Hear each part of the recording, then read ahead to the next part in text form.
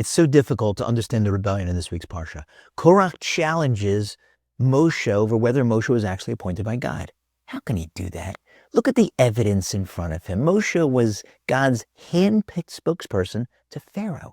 He led us out of Egypt. Lifted his arm, the sea split, let the Jews go through on dry land. Lifted his arm again, the sea drowned the Egyptians. Went up on the mountain 3 different times for 40 days and 40 nights.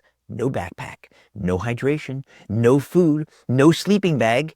Was up there and returned in one piece each time. Came back 2 of those times with carved tablets, the 10 Commandments. There was no tablet carving station or marketplace up on the mountain. One of those times when he came down, he had divine rays of light shooting out from his forehead, terrified everyone in the nation, including Korach, such that for the last 40 years of his life in the wilderness, Moshe had to wear a mask to stop those rays of light from shining forth and scaring people. Which means that at the time that Korach is challenging whether Moshe was really appointed by God, Moshe's wearing a mask to stop those rays of light from shining forth. How could Korach possibly have challenged whether Moshe was appointed by God? Apparently, he did not connect the dots. Had he entered all of those data points onto a mental spreadsheet, he would have reached the inescapable conclusion that, of course, Moshe was appointed by God. But he didn't connect those dots, and we have to make sure not to make the same mistake.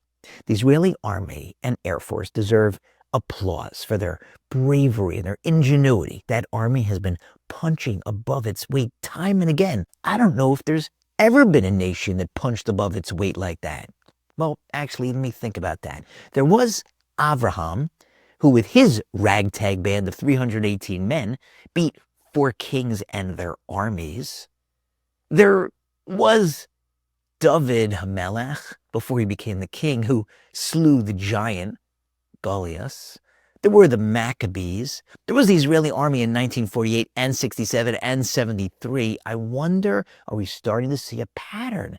How is it that in each of those instances, a Jew or Jews was able to punch above its weight and defeat enemies that were more vast in number and guns and resources? Connect all those dots, add all the data points, and you'll come up with one answer. God was fighting on our side. In fact, the sages say, don't ask me to explain this, I don't understand it, I'm just going to repeat it, that every nation has an angel appointed by God to defend and protect it, except for one. Israel does not have an angel appointed to defend it. You know why?